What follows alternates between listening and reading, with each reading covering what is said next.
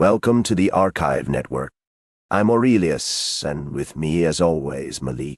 We curate the Treaty Archive. Today we open a new file. Treaty of Utrecht.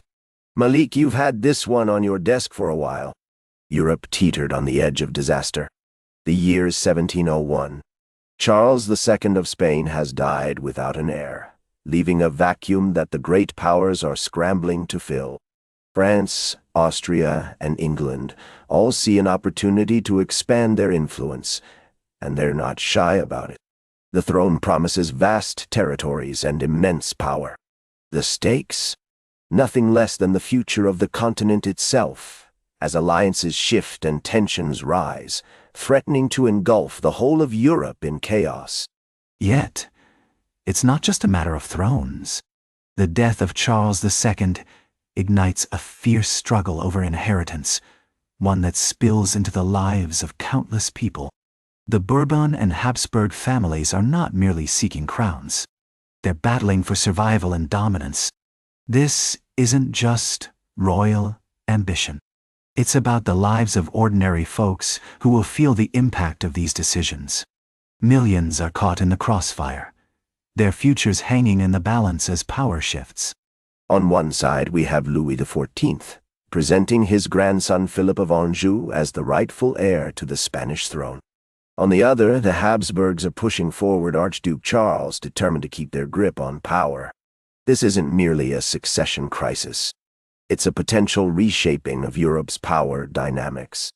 A united French and Spanish crown could tip the balance forever, creating new alliances and rivalries that could ripple across the continent for generations to come. But, Aurelius, you frame this as a power struggle between dynasties. But what about the common people? The soldiers risking their lives, the farmers toiling day in and day out, the merchants trying to keep their businesses afloat? They're the ones who truly bear the brunt of these dynastic ambitions. For them, this isn't just a game of thrones. It's a fight for survival, a struggle against devastation that affects their families and their futures. We can't forget their stories. You're not wrong about the human cost, Malik. But we have to consider the wider implications of this conflict. The War of the Spanish Succession isn't just a localized affair. It's engulfing Europe, reshaping alliances and borders in a way we haven't seen in decades. It's a monumental struggle that pulls in nations, each with its own ambitions. The fields of the Low Countries and the hills of Italy are now battlegrounds, where the dreams of empires clash and unfold. And yet, while you detail the grand battles and the strategies that led to victory, don't forget the lives lost along the way. The Duke of Marlborough and Prince Eugene of Savoy may have been celebrated leaders, but they achieved their triumphs at the expense of countless soldiers. Each victory carries a heavy toll, and that toll is paid by ordinary people, fathers, sons, and brothers, who fought bravely and often paid the ultimate price for a cause they believed in. The battles of Blenheim and Ramillies showcased the might of the Grand Alliance, but the war extended far beyond military conquests. Economies crumbled, populations suffered, and societies were torn apart. We see this pattern time and again. Empires fight for survival, but in doing so they often leave devastation in their wake. It's a harsh reality, one that we must confront if we're to understand the true cost of power and ambition in history. Ruin is an apt word, Aurelius. The staggering costs of war weigh heavily on the nations involved. Armies are depleted, struggling to regroup and replenish their ranks. Civilians, innocent and often forgotten, are caught in the crossfire, their lives forever changed.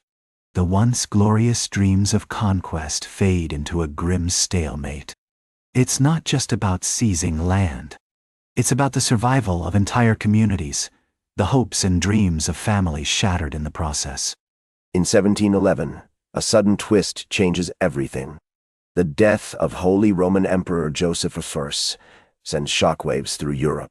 Now, Charles, the Habsburg claimant, stands in a position to inherit not just Spain, but the empire itself. For Britain and the Dutch, this was an alarming prospect. They feared a new superpower threat was looming on the horizon. Just imagine the balance of power shifting, and we see how quickly alliances can fray when empires vie for dominance. It's a precarious moment we're living through. The fear of a vast Habsburg Empire, stretching all the way from Vienna to Madrid, weighs heavily on hearts everywhere. It's just as intolerable as the notion of a Bourbon Union. Nations are being pushed back to the negotiating table, but it's not out of a genuine desire for peace. No, it's a desperate attempt to avert catastrophe, to protect families and communities from the chaos that looms on the horizon. Diplomacy, long dormant, is finally beginning to stir again. We can feel the weight of war weariness settling in across the continent. Louis XIV is grappling with crises of his own. His royal line hangs in uncertainty, while civil unrest simmers just beneath the surface in France. The idea of perpetual war isn't just impractical. It's become downright unsustainable.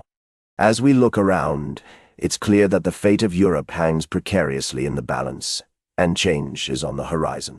And now negotiations begin in Utrecht.